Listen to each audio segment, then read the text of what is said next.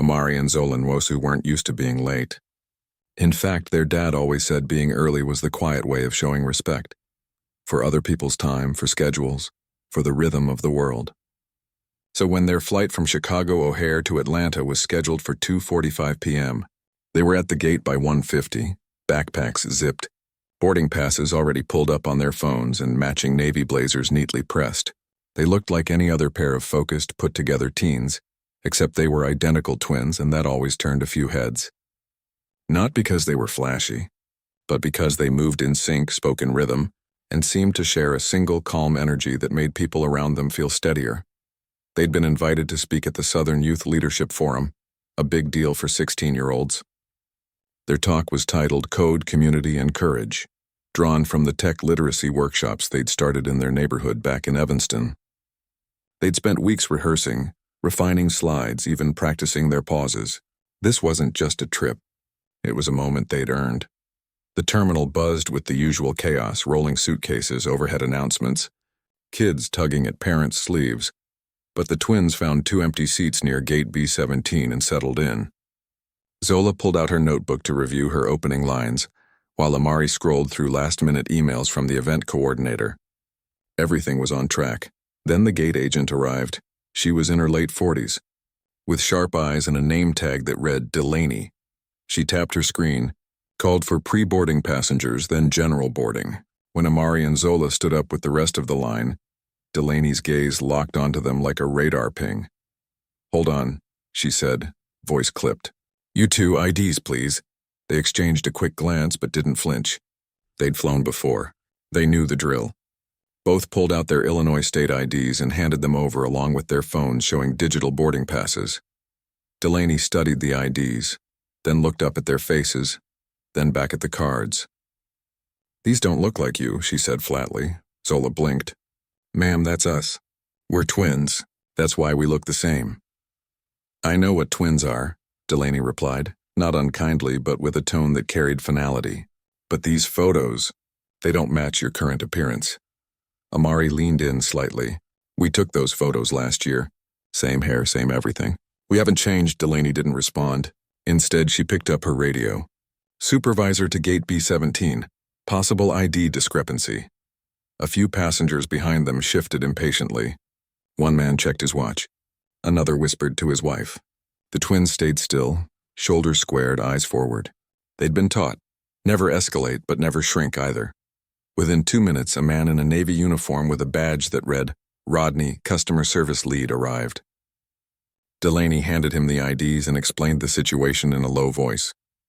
Rodney looked at the twins, then the IDs, then back again. He frowned. "Can you tell me your full names and birth dates?" he asked. They answered in unison correctly. "Social security numbers?" They hesitated. "We'd prefer not to give that out unless it's absolutely required," Amari said politely. "Our IDs are government-issued and valid. We've flown with them before."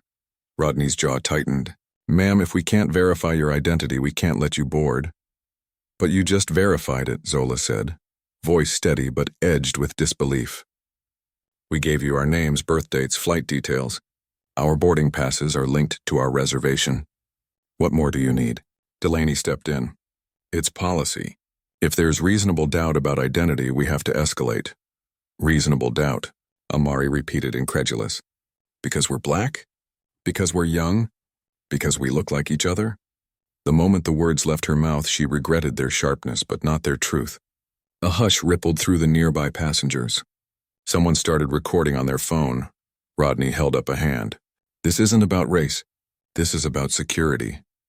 "Then why didn't you ask the white boy behind us for his social security number?" Zola asked, nodding toward a teenager who just boarded without a second glance. Rodney didn't answer. Instead, he signaled to 2 airport security officers standing nearby. "These passengers need to be escorted for secondary verification." The officers approached calmly but firmly. "Please come with us," one said. Amari and Zola exchanged a look. Panic flickered in Zola's eyes, but Amari gave a tiny nod. "Stay calm. Stay clear." They gathered their backpacks and followed the officers away from the gate, past the boarding line, down a short corridor to a small, windowless room marked Customer Resolution. Inside, the air was stale. Fluorescent lights hummed overhead. A metal table, 2 plastic chairs, and a surveillance camera in the corner. The officers stood by the door. Rodney and Delaney entered behind them. "Sit," Rodney said. They sat. "We're going to need you to wait here while we contact TSA and confirm your identities," he explained. "It could take a while." Zola's voice was quiet but firm. "Our flight board's in 20 minutes. We have a confirmed reservation. We've done nothing wrong." "I understand," Rodney said, though his tone suggested he didn't. "But until we resolve this, you can't board." Amari looked at her sister. They both knew what this meant. Even if they cleared everything in 10 minutes, the plane wouldn't wait. Airlines didn't hold flights for ID checks, especially not for 2 black girls with questionable photos. Zola reached into her backpack, pulled out her phone, and unlocked it. Her fingers hovered over the screen. She didn't want to do this. Not here, not like this, but they were out of options. She found the contact simply labeled Dad, Direct, and pressed call. It rang once, twice. Then a calm, familiar voice answered. "Zola, everything okay?" She took a breath. "No, Dad, we're at O'Hare, gate B17. They won't let us board. They say our IDs don't match us." There was a pause, so brief most wouldn't notice, but the twins knew it well. That was the sound of their father switching from dad mode to everything is about to change mode. "Who's refusing you?" he asked, voice low. "Gate agent named Delaney. Supervisor's Rodney. Are you being detained?" "Not exactly. But they won't let us back to the gate. Flight closes in 15. Stay where you are. Don't sign anything. Don't agree to anything. Record everything from now on. I'm calling the airline's COO. I'll be on the next jet out." The call ended. Zola lowered the phone. Amari squeezed her hand under the table. Outside, the boarding announcement for their flight echoed through the terminal. Passengers filed onto the jet bridge. Overhead, the departure board flipped from on time to boarding complete. Their plane would leave without them. But something else had just begun. As they sat in that cold little room, Zola opened her camera app and hit record. She didn't say a word, just panned slowly around the space, capturing the blank walls, the security officers, Delaney's crossed arms, Rodney's stiff posture. A woman walking past the open door paused, saw the twins and whispered, "Oh my God, are they serious?" She pulled out her own phone and started filming too. Within minutes, clips began appearing online. A shaky vertical video titled "Twin Girls Denied Boarding at O'Hare for Not Looking Like Their IDs" gained 10,000 views in under an hour. Comments flooded in. "This happens all the time. They look exactly like their IDs. Why are they being treated like suspects?" Back in the resolution room, no one offered an apology. No one explained why 2 polite, well-dressed teenagers with valid documents were being treated like security threats. Delaney kept checking her watch. Rodney made a call to corporate compliance. The security officers stood silently, as if they'd seen this movie before and knew how it usually ended. But this time, the ending was about to change. Because while the twins waited, their father wasn't just making calls. He was pulling levers most people didn't even know existed. And the airline, unaware that the man on the other end of the line powered half their digital backbone, had no idea the ground was about to shift beneath them. Amari leaned over to Zola and whispered, "We didn't do anything wrong." Zola nodded. "No, but maybe something good comes from this anyway." Outside, the sun dipped lower over the tarmac. Their flight taxied toward the runway. Inside, 2 girls sat straight-backed in plastic chairs, not as victims, but as witnesses to bias, to bureaucracy, and to the quiet moment when dignity meets power, and the world watching through phone screens began to lean in. Dr. Elias Nwosu wasn't the kind of man who raised his voice, even when he was furious, which wasn't often, but when it happened, people remembered it. He spoke slowly, precisely, like every word had been weighed before it left his lips. Right now, standing in a glass-walled conference room overlooking Lake Geneva, phone pressed to his ear, he felt that familiar heat rise in his chest. Not panic, not rage, something colder, sharper, resolve. He'd recognized Zola's tone the second she said, "No, Dad." It wasn't fear. It was disappointment, the kind that comes when you've been let down by a system you were taught to trust. He'd seen that look in her eyes before, back in 5th grade, when a teacher assumed she'd copied Amari's science project because they're twins. Of course, they'd do the same thing. He'd handled it quietly then, with a parent-teacher meeting and a firm but polite correction. But this was public. This was systemic, and it was happening to both of his daughters at once. He stepped out of the boardroom, nodding to his assistant without breaking stride. Cancel the rest of the day. Prep the Gulfstream, Chicago now. His assistant didn't ask why. She'd worked for him long enough to know that when Dr. Nwosu used that tone, the world adjusted. Back on the phone, he asked Zola for every detail. The airline name, Skyward Express.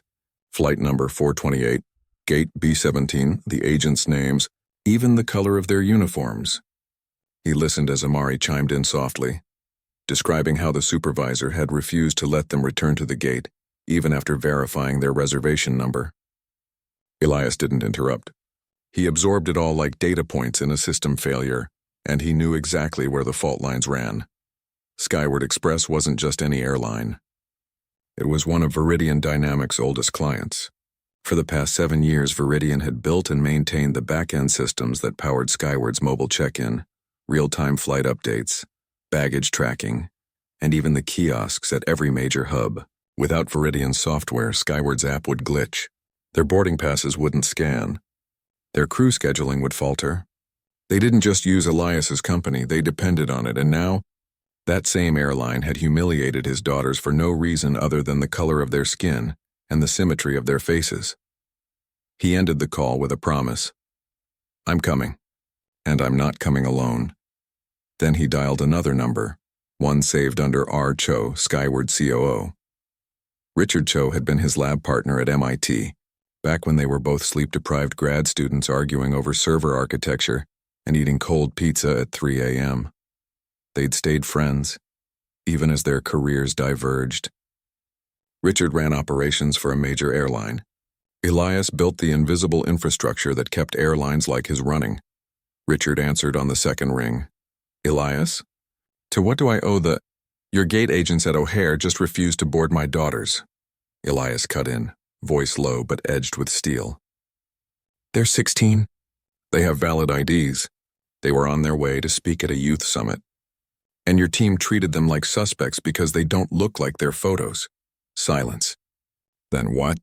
That can't be right. I'll look into it immediately. I'm not asking you to look into it, Elias said. I'm telling you it happened. Video's already online. Your brand is taking hits as we speak. But more importantly, my kids are sitting in a holding room humiliated while your staff stands by. Richard exhaled sharply. Elias, I swear this isn't policy. We've trained our teams on bias. Then your training failed, Elias replied. And until I see accountability, not just an apology but real change, I'm suspending all Viridian services to Skyward Express, effective in 2 hours. The line went quiet for a long moment. You're pulling the plug? Yes. You realize what that means? Our systems go down, flights get delayed, passengers get stranded. I built those systems, Elias said calmly. I know exactly what it means.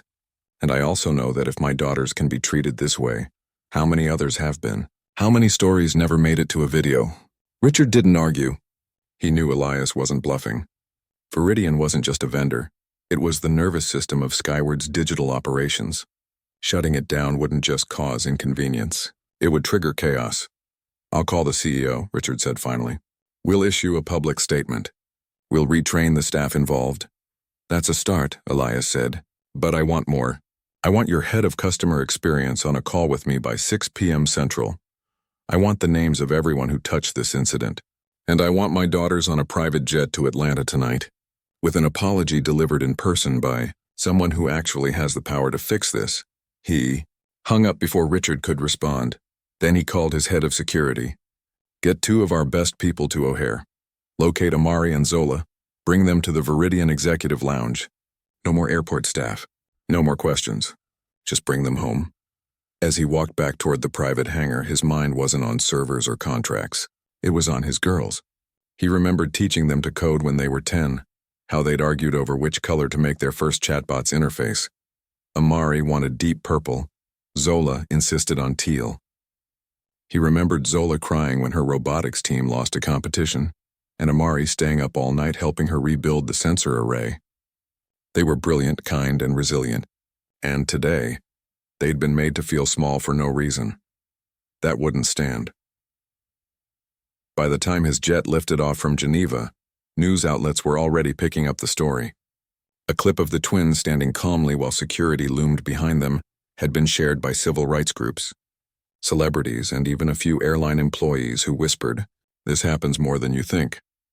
Skyward Express had posted a generic statement, "We take all concerns seriously and are reviewing the matter." But the internet wasn't buying it. Elias didn't tweet. He didn't give interviews. He let the silence speak for him, because everyone who mattered knew what was coming. Back in Chicago, Amari and Zola were finally released after nearly an hour.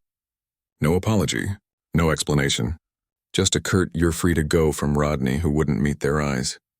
They walked out of the resolution room to find a small crowd gathered near the gate, some filming, others just watching with quiet anger. A woman handed Zola a bottle of water. "You okay, sweetheart?" she asked. Zola nodded. "We will be." They found a quiet corner near a charging station and sat down, exhausted. Amari scrolled through her phone, reading the flood of messages from friends, teachers, even strangers saying, "We see you." This isn't right. Then two men in dark suits approached. One held a tablet with the Viridian logo. "Amari and Zola Nwosu?" he asked gently. They tensed for a second. "More security?" But the man smiled. "We're with your father's team. He sent us to bring you to the executive lounge." Cars waiting outside. Relief washed over them like cool water. They gathered their things and followed.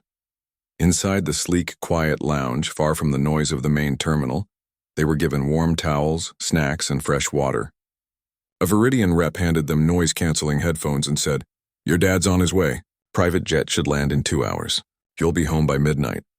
Zola finally let herself cry. Quiet, silent tears she wiped away quickly.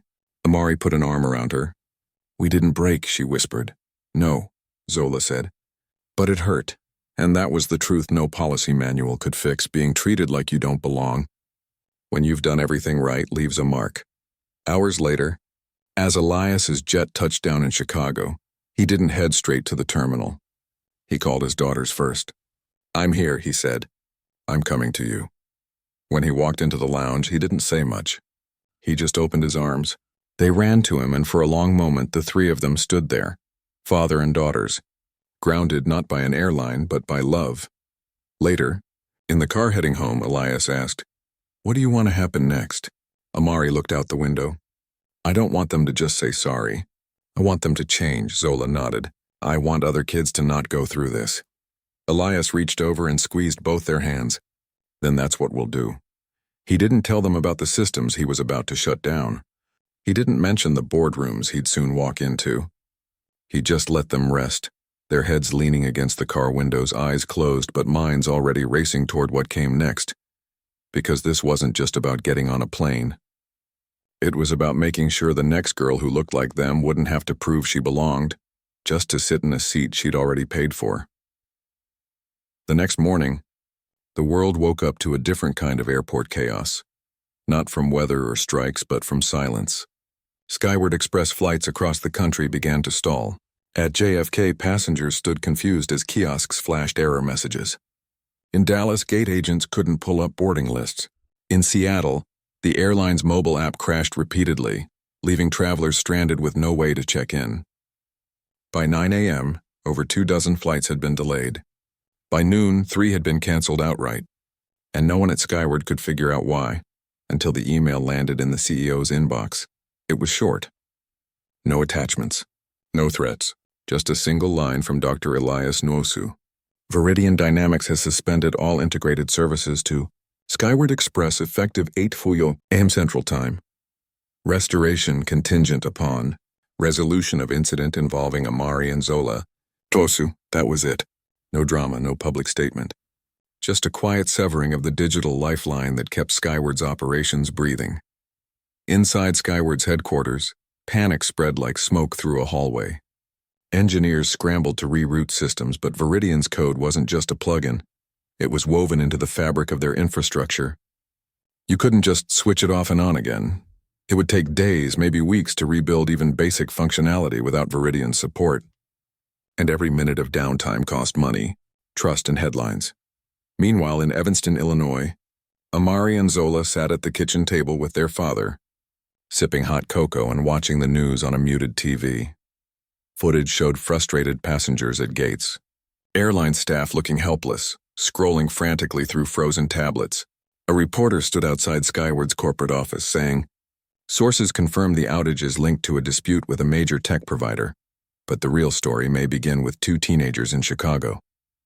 Zola stirred her cocoa slowly. "Do you think they'll blame us?" Elias looked at her, his eyes soft but steady. "They might try, but the truth is already out there, and truth doesn't need volume to be heard." He'd spent the night not drafting press releases but assembling a team. His head of legal, his chief ethics officer, and a communications strategist who'd worked with civil rights organizations for 20 years. They weren't preparing for a lawsuit. They were preparing for change. By midday, Elias received a call from Skyward's CEO, a woman named Diane Morrow, someone he'd met only once at a charity gala. Her voice was strained. "Elias, we need to talk. This is spiraling, I know," he said, "and I'm ready to talk. But not over the phone, not in a boardroom with lawyers circling. I want a meeting at Veridian's Chicago office with you, your head of operations, your customer experience lead, and representatives from the Department of Transportation's Civil Rights Division. Also, I'm inviting the National Civil Rights Coalition and the Aviation Equity Project. This isn't just about my daughters anymore." There was a long pause. "You're turning this into a public hearing." "No," Elias said gently. "I'm turning it into an opportunity for your airline to do better, for every traveler who's ever been made to feel like they don't belong." Diane agreed. The meeting was set for the next day. That evening, Amari and Zola sat on the back porch wrapped in blankets, watching fireflies blink in the summer dusk. They hadn't slept much. Their phones buzzed nonstop, messages from friends, teachers, even strangers sharing their own stories of being questioned, detained, or denied service because they didn't look right. One woman wrote, "I was turned away from a hotel in Miami last year. Same thing. They said my ID was fake because I looked too young. I'm 32. Another said, "My son was pulled out of line at TSA 3 times in one trip. He's 12. Zola sighed.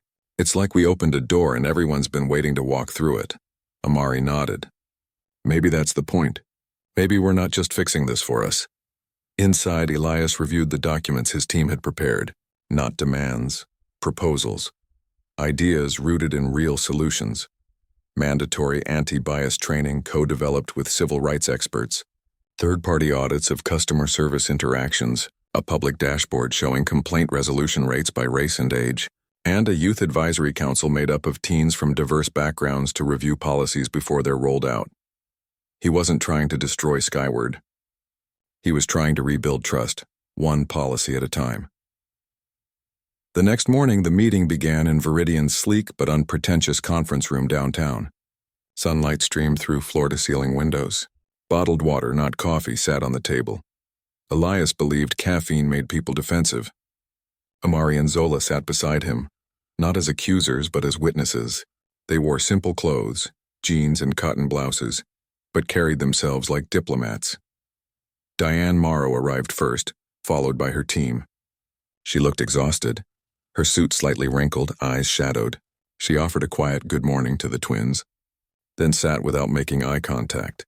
Then came the government reps, 2 officials from the DOT's Civil Rights Office, both black women who'd spent decades fighting discrimination in transportation.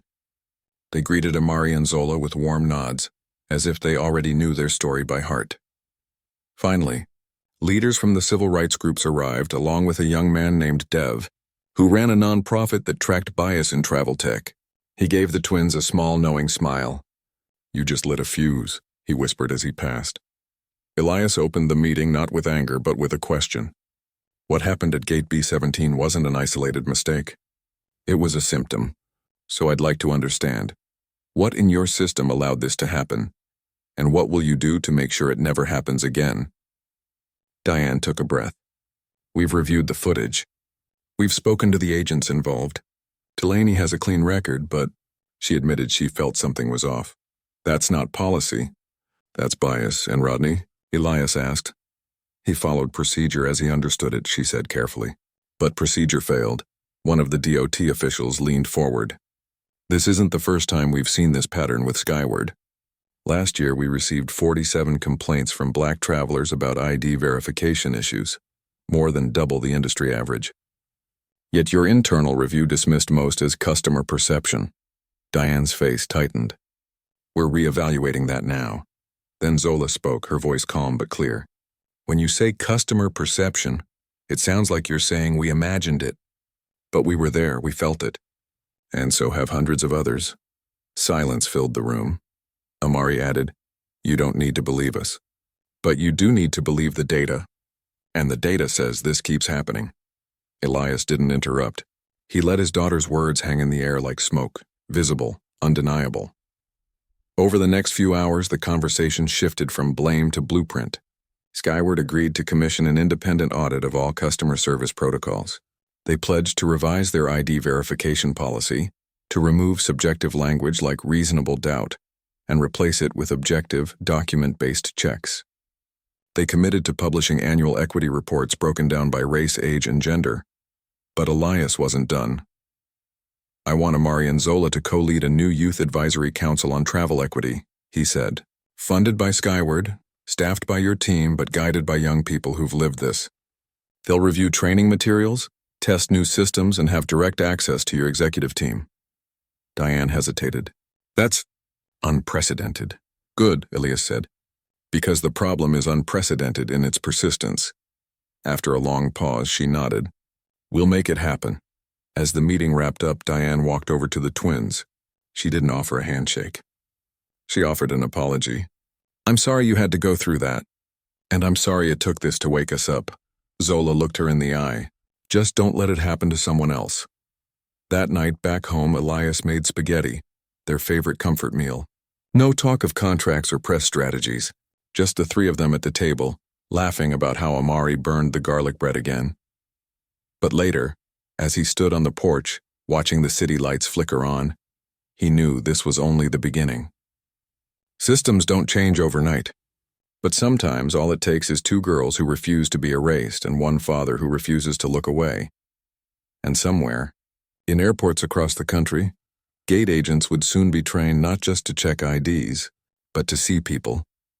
The weeks that followed weren't filled with press conferences or viral speeches. Instead, they unfolded in quiet rooms, shared documents, and late-night video calls, where teenagers debated policy language with airline executives. Amari and Zola didn't become overnight celebrities. They became architects. And the work was slower, messier, and more real than any headline could capture. Skyward Express kept its word. Within 10 days, they released a public statement unlike any the airline industry had seen before. It didn't hide behind regrettable incidents or isolated cases. It named Amari and Zola. It admitted that bias, not just individual prejudice, but baked-in assumptions in training and protocol, had led to their mistreatment. And it outlined concrete steps. A full overhaul of frontline staff training, a new ID verification process that removed subjective judgment, and the launch of the Youth Travel Equity Council, co-chaired by the twins. At first, some critics called it performative. They're just trying to save face, one commentator said on a morning news segment. But others noticed something different. Skyward didn't stop at promises. They started publishing monthly updates. They shared anonymized complaint data. They even invited civil rights groups to sit in on staff training sessions. Amari and Zola threw themselves into the council. They recruited 10 other teens from across the country. Young people who'd been profiled at airports, denied service on flights, or told they didn't belong in first class despite holding valid tickets. There was Mateo from Phoenix, who'd been questioned for speaking Spanish on a plane. There was Aisha from Detroit, whose hijab had triggered extra screening on every trip she'd taken since she was 13. And there was Elijah from Atlanta, who'd been asked to prove he owned his own laptop during a routine check. Together, they reviewed Skyward's new training modules. They didn't just read them, they role-played them. In one session, a Skyward trainer played a gate agent, and Zola played a passenger with an ID that looked different. The agent, following old instincts, asked for a second form of ID. Zola calmly said, "My state ID is valid. Why do you need more?" The room fell silent. The trainer blinked. I don't know. It's just what we've always done." "That's the problem," Amari said gently. "Always doesn't mean right." The council pushed for simulations that forced staff to confront their own assumptions. They insisted on including scenarios where passengers were young, black, brown, disabled, non-binary, or traveling alone as minors. They demanded that professional appearance not be used as a code for "looks like someone we trust." Meanwhile, Elias watched from the sidelines, not directing, just supporting. He'd turned down every interview request. He didn't want this to be about him or his power. He wanted it to be about the pattern, not the exception. When a reporter asked why he'd pulled the plug on an entire airline, he simply said, "Because sometimes the only way to fix a broken system is to stop it long enough to see the cracks." Back at school, life tried to return to normal, but it never quite did. Teachers treated the twins with quiet respect. Classmates asked thoughtful questions instead of gawking. And when their delayed Atlanta talk was rescheduled, the event organizers flew them out on a private jet, not as a gift, but as a correction. This time, when they walked into the conference hall, the audience rose to their feet before they'd even said a word. Their speech wasn't about revenge, it was about responsibility. "We didn't ask to be symbols," Amari told the crowd, "but once we were seen, we couldn't look away. Because if it happened to us, it's happening to others, and silence is part of the problem." Zola added, "Change doesn't start with big gestures. It starts with one person saying, 'This isn't right,' then another, then a system listening. That's what we're building, not perfection but progress." After the talk, a girl about their age approached them, eyes wide. "I was scared to fly after what happened to you," she admitted. "But now, I feel like maybe I can." That moment stuck with them more than any headline. At home, their dad started leaving little notes in their lunchboxes again, something he hadn't done since middle school. One read, "Proud isn't strong enough." Another, "You turned pain into purpose."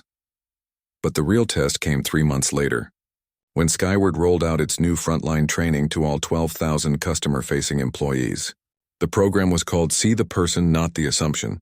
It included videos featuring Amari and Zola, not as victims, but as educators, explaining how bias shows up in small moments.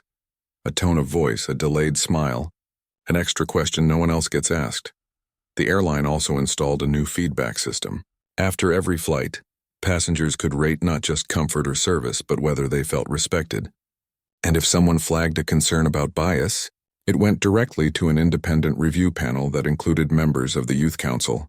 The results surprised even Elias. Within 6 months, complaints related to ID verification dropped by 78%.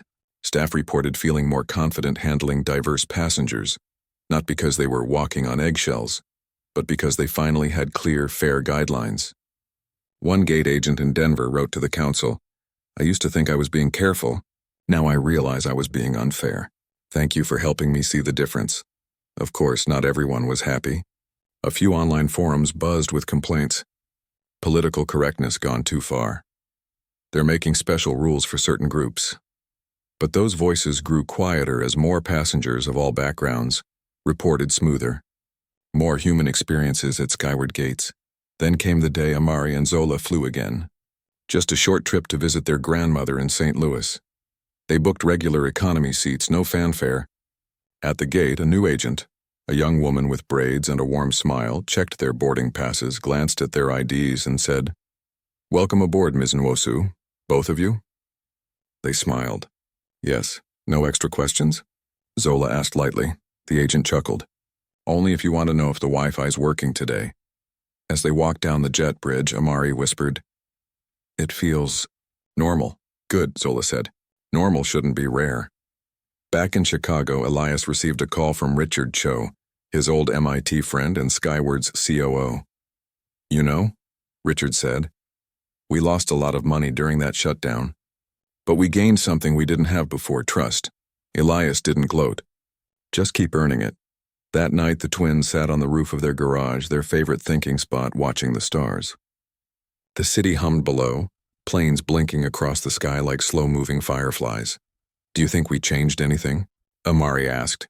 Zola thought for a moment. "Not everything, but enough, and that's how it starts." Downstairs, their dad stood in the kitchen, washing dishes, listening to the distant sound of their laughter. He didn't need to say anything. The work spoke for itself because real change isn't loud. It's the quiet click of a boarding pass scanning without question. It's a gate agent who sees a person, not a problem. It's two girls who refuse to be erased, and in doing so, made space for everyone who comes after them. A year after the day they were turned away at Gate B17, Amari and Zola stood on a stage in Washington, D.C., not as victims of an injustice, but as leaders of a movement no one saw coming. The room was full. Airline executives, government officials, civil rights advocates, and dozens of teenagers from across the country who'd joined the Youth Travel Equity Council. Sunlight streamed through tall windows, catching the edges of name tags and the quiet hum of anticipation. They weren't there to rehash what happened in Chicago. They were there to present something new, the first national framework for bias-free air travel, built by young people who'd lived the problem and refused to accept it as normal. Zola stepped to the mic first. She wore a simple cobalt dress and no jewelry, just her grandmother's silver locket, the one she always wore when she needed courage. "A year ago," she began, "we were told we didn't look like ourselves. Today we're here to say we know who we are.